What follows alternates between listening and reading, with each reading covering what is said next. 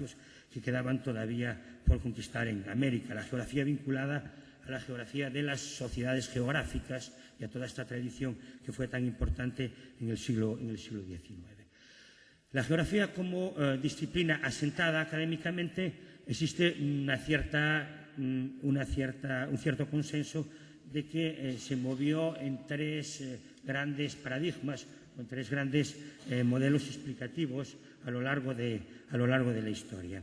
En primer lugar, el modelo positivista, toda la influencia del darwinismo, que fue muy importante, que en nuestro caso es acuñar un término tan peligroso como el de espacio vital a partir de las teorías de Russell, de los positivistas alemanes del siglo XIX, pero evidentemente las tradiciones más fuertes son, en el caso español, en el ejemplo francés, el modelo de la escuela vidaliana, los anales de geografía por imitación o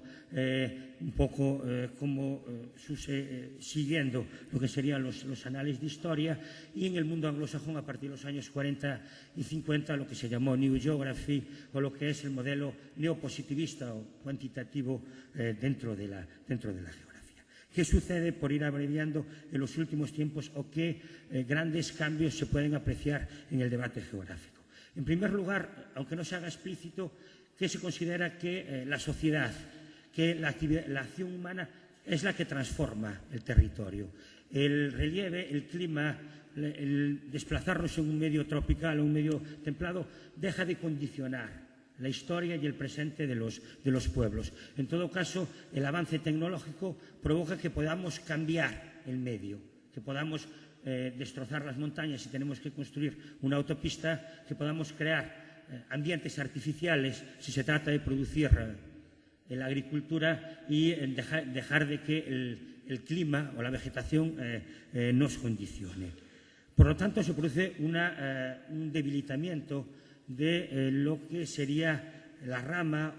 o el pie de la geografía física dentro de lo que es la construcción del discurso geográfico. Hay un reforzamiento de la geografía física en tanto paradigmas o modelos ambientales o ecológicos y un debilitamiento en cuanto un ámbito explicativo de lo que podría ser el resto de la disciplina geográfica o de la disciplina o de la explicación de procesos espaciales y territoriales. Un ejemplo, en la definición del nuevo título de Geografía y Ordenación del Territorio en la Universidad Española, solo uno de los 6 contenidos que se plantean de cara al futuro es un contenido de geografía física, lo cual se plantea en estos momentos. Y hay 2 innovaciones más en las que me querría detener muy brevemente. Primero, todos los avances que se producen en los últimos 20 años en cartografía asistida por ordenador, la imagen, la construcción de mapas y la construcción de mapas como vehículo para expresar que somos disciplinarmente, tanto la teledetección como fundamentalmente los sistemas de información geográfica, que aparte nos sirven para, por decirlo de alguna forma, legitimarnos en un mundo profesionalmente más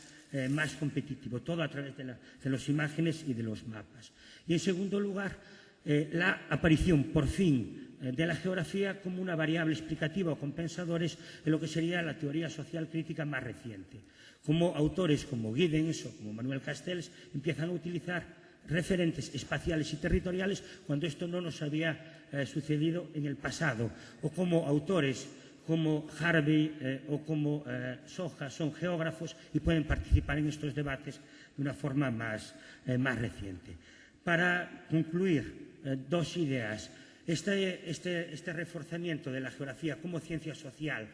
en el caso español se plantea en 2 vertientes con las que terminaré. En primer lugar, una afirmación profesional. Curiosamente, nosotros ya nos definimos como profesión y nos definimos a través de la existencia, en el caso español, de un colegio profesional de geógrafos. Y, en segundo lugar, la vinculación o el reforzamiento de la geografía como disciplina vinculada a la ordenación del territorio, que es otra marca que también nos permite definirnos. Las relaciones con la historia se mantienen, pero se deben de replantear de aquí hacia el futuro, porque sí hay un cambio de lo que era la hermana menor en relación con la historia, y podemos seguir siendo la hermana menor, pero con unas concepciones que sí están modificadas en los últimos tiempos. Y perdón por extenderme. Pues,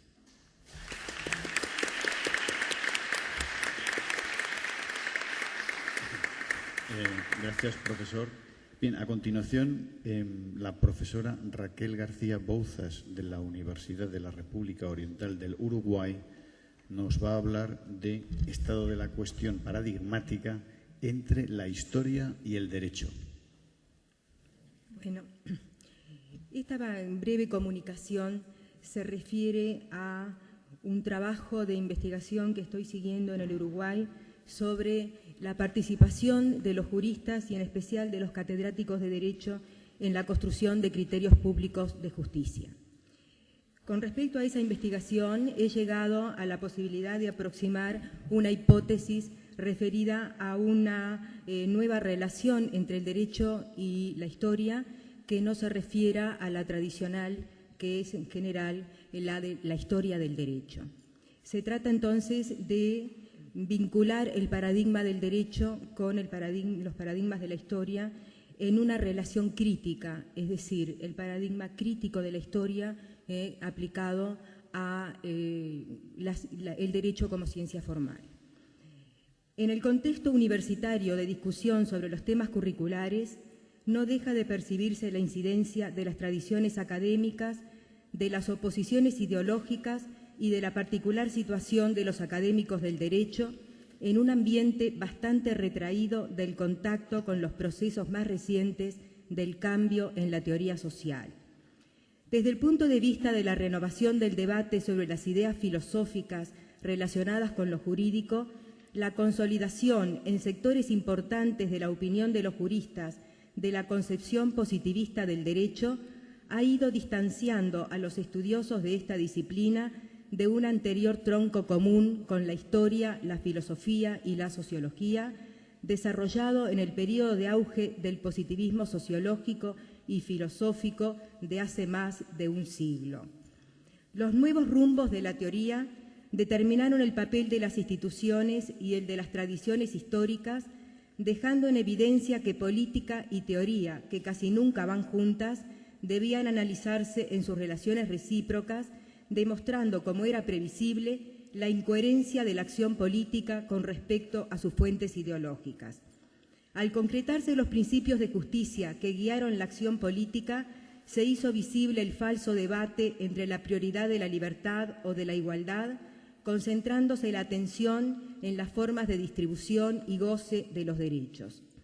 Para los historiadores, este campo de estudio debería tender no solo a descubrir tradiciones para la explicación y la crítica ideológica, sino también a evaluar en términos de justo o injusto al sistema de cooperación social. Su trabajo podría servir para poner a prueba la tensión entre facticidad y validez, tanto del derecho como de la teoría política, desde el punto de vista de la ética. Para ello, los historiadores podrían aceptar el desafío de usar las categorías de justo e injusto a pesar del relativismo de las argumentaciones teóricas.